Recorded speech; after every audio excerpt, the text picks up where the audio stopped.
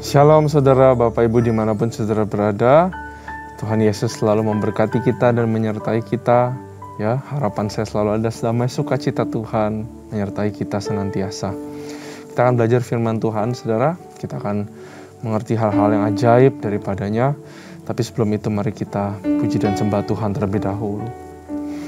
Orada basi kita bayar. Baik Tuhan, yang indah Kau ajaib.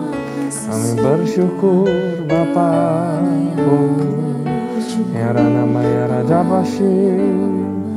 Orada bayar ada bayar layar.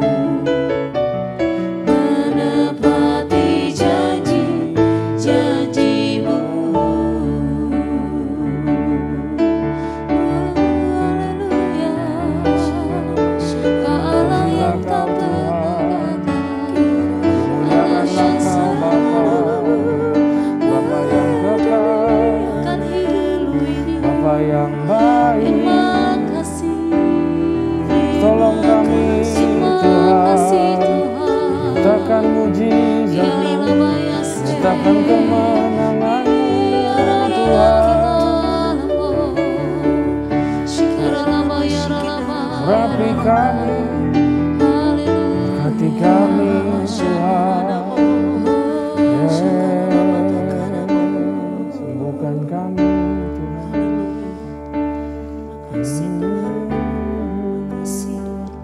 Ku yakin Kau hadir di sini. Ku rasakan kuasa yang tak terbatas. Ku yakin Kau nyata di sini. Kemenangan terjadi di sini.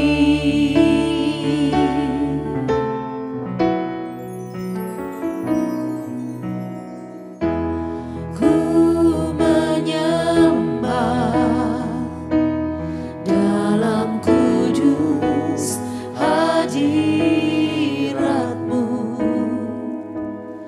Hampiri tata kasih karunia-Mu Bapa.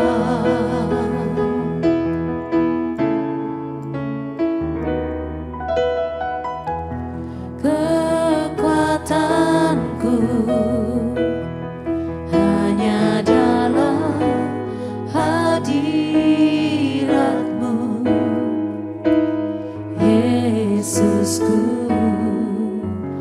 Hanya Kaulah segalanya.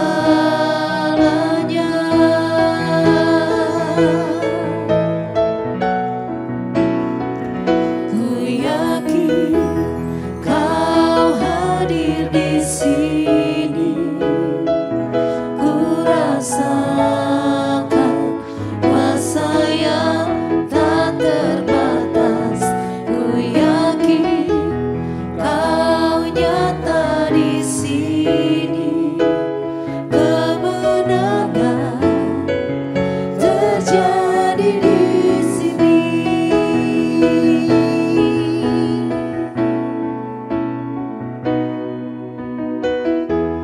Ku menyembah dalam kudus hadirat-Mu.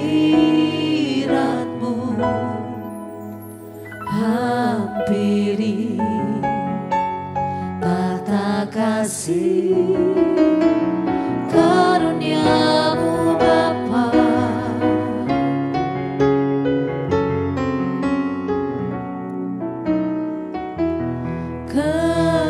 Kekuatanku hanya dalam hadirat-Mu, Yesusku. Hanya Kaulah segalanya.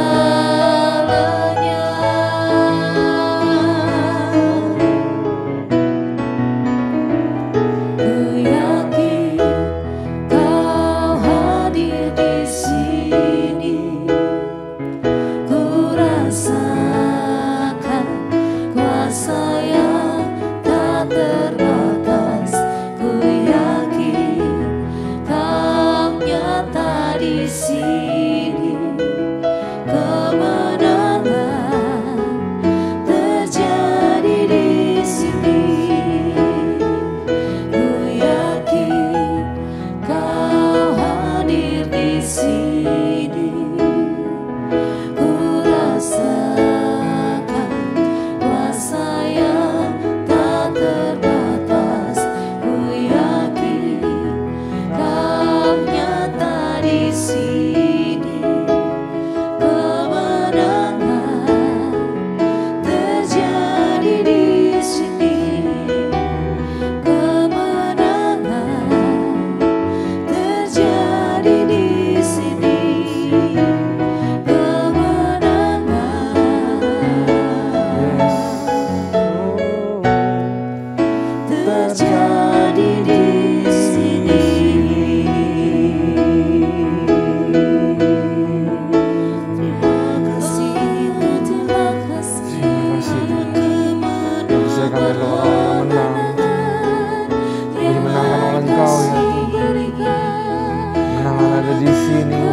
kasih. Thank you, Jesus.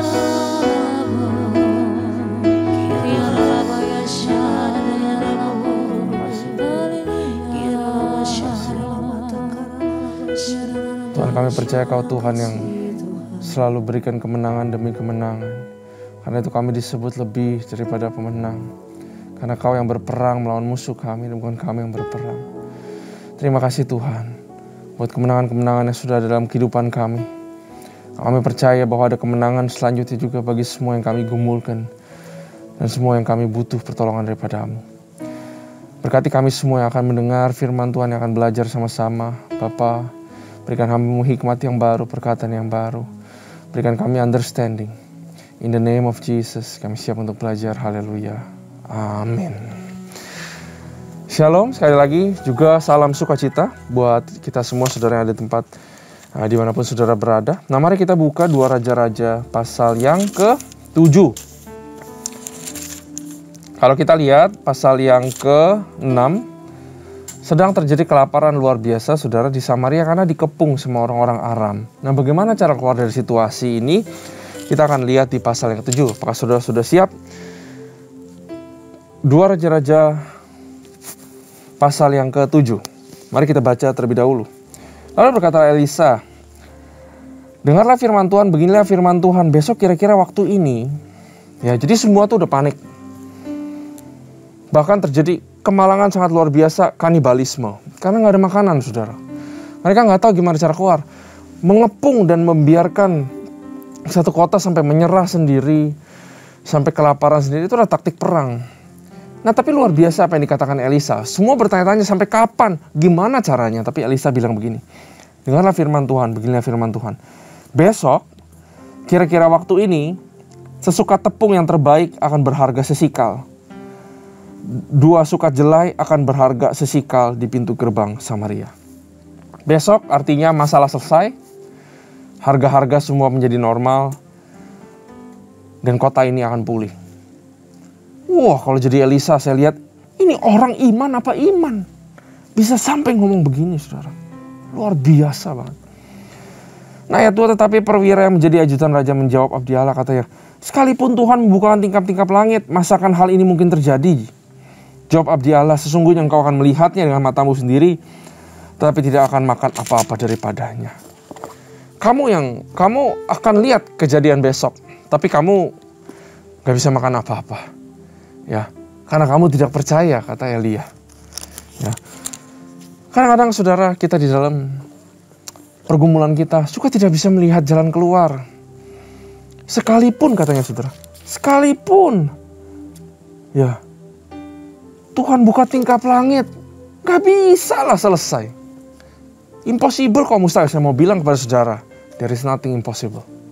Tuhan kita Tuhan yang luar biasa. Saudara akan lihat gimana caranya penduduk Samaria mengalahkan tentara Aram yang mengepungnya. Cara yang sangat ajaib daripada Tuhan. Percaya sama Tuhan, saudara. Dia akan lakukan perkara yang ajaib dalam kehidupan saudara. Amin.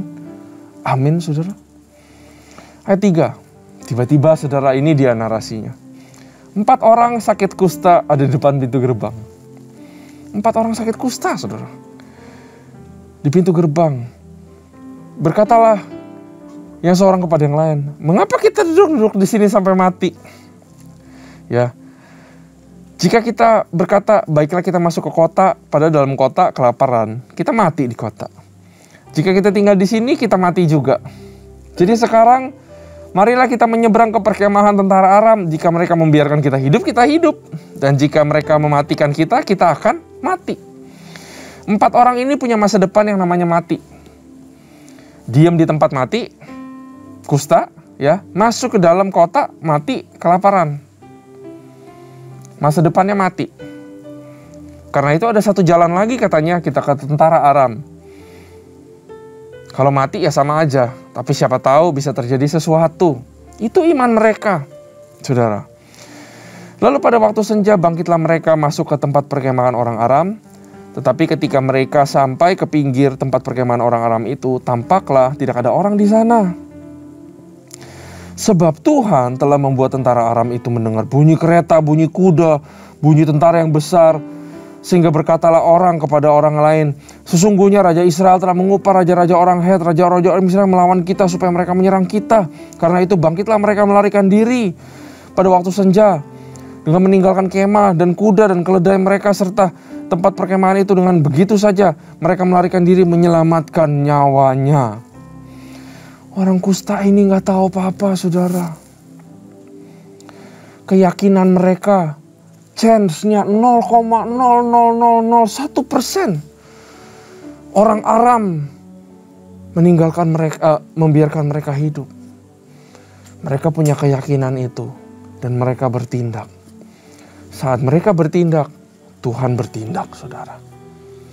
Tiba-tiba tentara Aram dengar bunyi kuda, bunyi kereta. Disangka Raja Israel tuh bayar mercenary untuk hancurkan orang-orang Aram, saudara. Sampai lari terbirit-birit, ditinggal semuanya, saudara.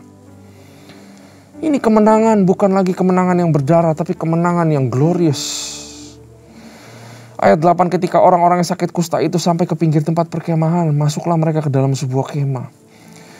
Lalu makan dan minum. Sesudah itu mereka mengangkut dari sana emas dan perak pakaian, kemudian pergilah mereka menyembunyikannya. Lalu datanglah mereka kembali masuk ke dalam kemah yang lain dan mengangkut juga barang dari sana. Kemudian pergilah mereka menyembunyikannya. Bukan cuma dapat makanan minuman, dapat barang-barang, saudara. Lalu berkatalah yang seorang kepada yang lain, tidak patut yang kita lakukan ini, hari ini ialah hari kabar baik, tetapi kita ini tinggal diam saja. Apabila kita menanti sampai terang pagi, maka hukuman akan menimpa kita. Jadi sekarang marilah kita pergi menghadap untuk memberitahukan hal itu kepada istana raja. Mereka pergi lalu berseru kepada penunggu pintu gerbang kota dan menceritakan kepada orang-orang itu, katanya, kami sudah masuk ke tempat perkemahan orang-orang dan ternyata tidak ada orang di sana dan tidak ada suara manusia kedengaran. Hanya ada kuda dan keledai. Ya, keledai tertambat dan kemah-kemah ditinggalkan. Dengan begitu aja para penunggu pintu itu gerbang menyerukan dan memberitahukan hal itu kepada istana raja. Sekalipun masih malam, raja bangun juga lalu berkata kepada pegawainya, baiklah kuterangkan kepadamu apa maksud orang Aram itu terhadap kita. Mereka tahu bahwa kita ini menderita kelaparan, sebab itu mereka keluar dari tempat perkemahan untuk menyembunyikan diri di padang sambil berpikir, apakah orang Israel keluar dalam kota, kita akan menangkap mereka hidup, kemudian kita masuk ke dalam kota. Ini raja masih gak percaya, saudara. Semua mustahil, ya. Saya maklum, sedang kelaparan, sedang stres, depresi, sampai mengoyakkan pakaiannya. Tidak bisa berpikir dengan logika, tidak bisa berpikir dengan benar. Tidak ada iman di dalam kota Samaria. Lalu salah seorang pegawainya menjawab, baiklah kita ambil 5 ekor dari kuda yang masih tinggal dalam kota ini. Tentulah keadaannya seperti seluruh kayak ramai Israel yang sudah habis mati itu. Biarlah kita suruh saja orang pergi supaya kita lihat. Sesudah itu mereka mengambil 2 kereta kuda. Kemudian raja menyuruh mereka menyusul tentara Aram sambil berkata, pergilah melihatnya. Lalu pergilah mereka menyusul orang-orang itu sampai ke sungai Yordan. Dan tampaklah seluruh jalan itu penuh dengan pakaian dan berkakas yang dilemparkan orang Aram pada waktu mereka lari terburu-buru. Kemudian pulanglah suruhan-suruhan itu dan menceritakan hal itu kepada raja. Maka keluarlah penduduk kota itu menjarat tempat perkemahan orang Aram. Karena itu sesukat tepung yang terbaik berharga sesikal, dan 2 sukat jelai berharga sesikal sesuai firman Tuhan. Haleluya. Adapun raja telah menempatkan perwira yang menjadi ajudannya itu yang gak percaya itu, saudara, mengawasi pintu gerbang, tetapi rakyat menginjak-injak dia di pintu gerbang lalu ia mati. Sesuai dengan perkataan abdi Allah yang mengatakan padanya waktu raja datang mendapatkan dia. Dan terjadi juga seperti yang dikatakan abdi Allah itu kepada raja.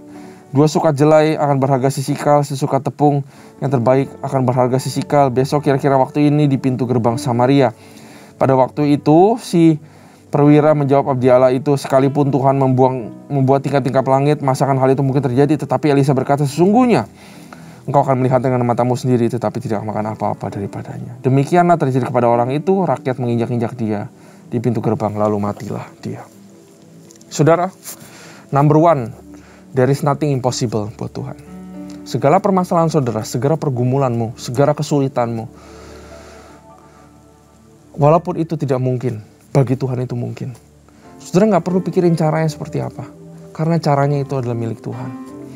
Yang perlu saudara lakukan, belajar dari 4 orang kusta ini. Saudara, 4 orang kusta ini punya masa depan yang namanya kematian. Ya. Di sini mati di pintu gerbang, masuk dalam kota mati kelaparan. Cuman ada satu chance, very small chance, yaitu berdiri atas keyakinan mereka. Kalau aja seandainya kita dibiarkan hidup. Wow, itu iman, saudara. Kalau mati ya mati, ya toh kita mati, betul gak? Dia sudah terima nasibnya. Karena itu nggak ada harganya lagi, nggak ada takut lagi untuk beriman, saudara. Beriman aja. Kalau mati ya mati. Benar, sama seperti Esther dulu. Kalau saudara ingat cerita Esther, kalau aku mati ya mati, tapi aku akan coba untuk beriman. Ya, artinya gini, saudara. Keempat orang kusta ini adalah orang yang mempraktekkan namanya keberanian. Keyakinan udah ada, saudara. Tapi kurang keberanian sehingga nggak ada tindakan. Kadang-kadang orang Kristen kayak begitu. Keberanian itu apa sih? Saya tulis nih di sini. Suatu keyakinan yang diikuti dengan tindakan. Keyakinannya udah ada orang kusta ini. Saya yakin saudara juga pasti punya keyakinan. Entah saudara yang mau mulai bisnis baru kayaknya ada keyakinan kecil gitu, saya bisa sukses. Ya. Banyak orang Kristen punya keyakinan, punya Tuhan yang luar biasa, tapi nggak punya keberanian. Sehingga diam aja di tempat, nggak ngapa-ngapain. Tapi banyak orang dunia nggak punya Tuhan. Ya, mereka punya keyakinan, saudara. Mereka percaya sesuatu, mereka riset, mereka research based on data. Mereka berani melakukan sesuatu. Akhirnya sukses juga. Betul? Ya. Nah, orang empat ini, mereka itu berani dan mereka itu bukan nekat, saudara. Ada perbedaan tipis antara berani sama nekat. Menurut saya mereka bukan nekat, tapi mereka berani. Karena mereka udah tahu masa depan mereka adalah kematian. Kalau nekat itu bedanya dengan berani adalah begini. Nekat itu melakukan tanpa perhitungan. Mereka sudah menghitung-hitung. Ujung-ujungnya paling jelek mati. Kalau kita diam di sini juga mati. Ya. Nekat itu melakukan tanpa perhitungan. Atau melakukan perhitungan dan resikonya keliru. Atau nekat itu biasa didorong perasaan aja, saudara. Tetapi keberanian perlu yang namanya pertimbangan. Selalu timbang begini, saudara. Waktu saudara ambil keputusan. Keputusan penting dalam kehidupanmu. Kalau saya mau invest ke sini, saya mau lakukan ini. Saya nggak tahu perusahaan A atau B yang bagus. Saya harus pilih yang mana. Ini jual apa enggak? Banyak sekali keputusan-keputusan yang memang sedang kita berada di ujung tanduk, saudara. Selalu timbang seperti ini. Apakah kita masih bisa menanggungnya? Ya. Nekat itu resikonya nggak bisa ditanggung, saudara. Orang empat kusta ini berani bukan nekat. Karena ujung-ujungnya dia mati. Nekat itu resikonya nggak bisa ditanggung. Contohnya bunuh diri, saudara. Bunuh diri dikatakan sebagai perbuatan nekat. Karena apa? Karena nggak bisa menanggung perbuatannya, saudara. Ya, apakah masih bisa ditanggung? Kalau ternyata masih bisa ditanggung, kenapa kita nggak coba berani? Ya, apakah upahnya setimpal dengan resikonya? Upah yang didapatkan empat orang kusta ini lebih besar daripada resikonya. Tapi sayang banyak orang-orang tidak berani untuk ambil resiko. Ya.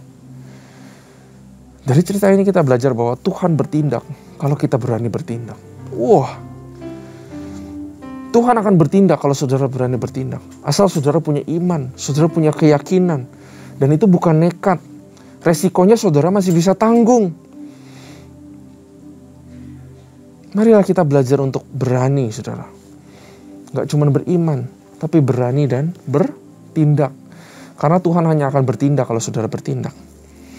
Ya, karena itu saudara, beberapa masukan atau tips dari saya. Belajarlah untuk berani mencoba hal-hal baru for the first time in your life. Siapa tahu hal-hal baru itu menjadi madu dan susu di dalam kehidupanmu, saudara. Ya, belajarlah berani mengambil resiko. Tentu aja resiko yang sudah diperhitungkan dan resiko yang bisa ditanggung, saudara. Belajar ambil resiko kalau saudara punya keyakinan dan saudara punya yang namanya damai sejahtera. Jangan selalu pikir, what if? Ntar kalau ini gimana? Ntar kalau itu gimana? Berani ambil resiko, saudara, di dalam kehidupan. Ya, berani berdiri atas keyakinan mereka sendiri. Orang kusta ini mereka berdiri atas keyakinan mereka sendiri dan mereka lakukan. Dan yang terakhir, mereka berani bayar harga, saudara. Harga mereka apa? Mungkin mati. Bisa ditanggung? Bisa, karena mereka awalnya juga sudah pasti mati. Berani bayar harga. Ketakutan, pasti gemeter ketakutan ke sana. Tapi mereka berani bayar harga. Amin, saudara. Firman Tuhan ini ngajarin kita untuk menjadi orang-orang yang berani. Iman saja gak cukup, iman butuh tindakan. Antara iman ke tindakan ada satu jembatan, namanya keberanian. Bedakan antara keberanian dan juga kenekatan. Lakukanlah perhitungan. Berdirilah di atas keyakinan dan iman, punyailah pengharapan, dan bertindaklah, maka saya percaya Tuhan akan bertindak. Terima kasih Tuhan buat firman ini. Kami belajar banyak. Berkati kami semua, terutama apabila kami yang perlu mengambil keputusan. Biarlah kami lewat ini beroleh hikmat dan kami bisa mengambil keputusan yang benar, kami berani mengambil keputusan itu dan berdiri di atas keyakinan dan meneruskan perjalanan sampai pada akhir, dan kami percaya Tuhan akan bertindak. Terima kasih Bapa, kami belajar banyak. Hanya di dalam nama Tuhan Yesus Kristus kami berdoa. Haleluya. Amin. Tuhan Yesus memberkati kita semua.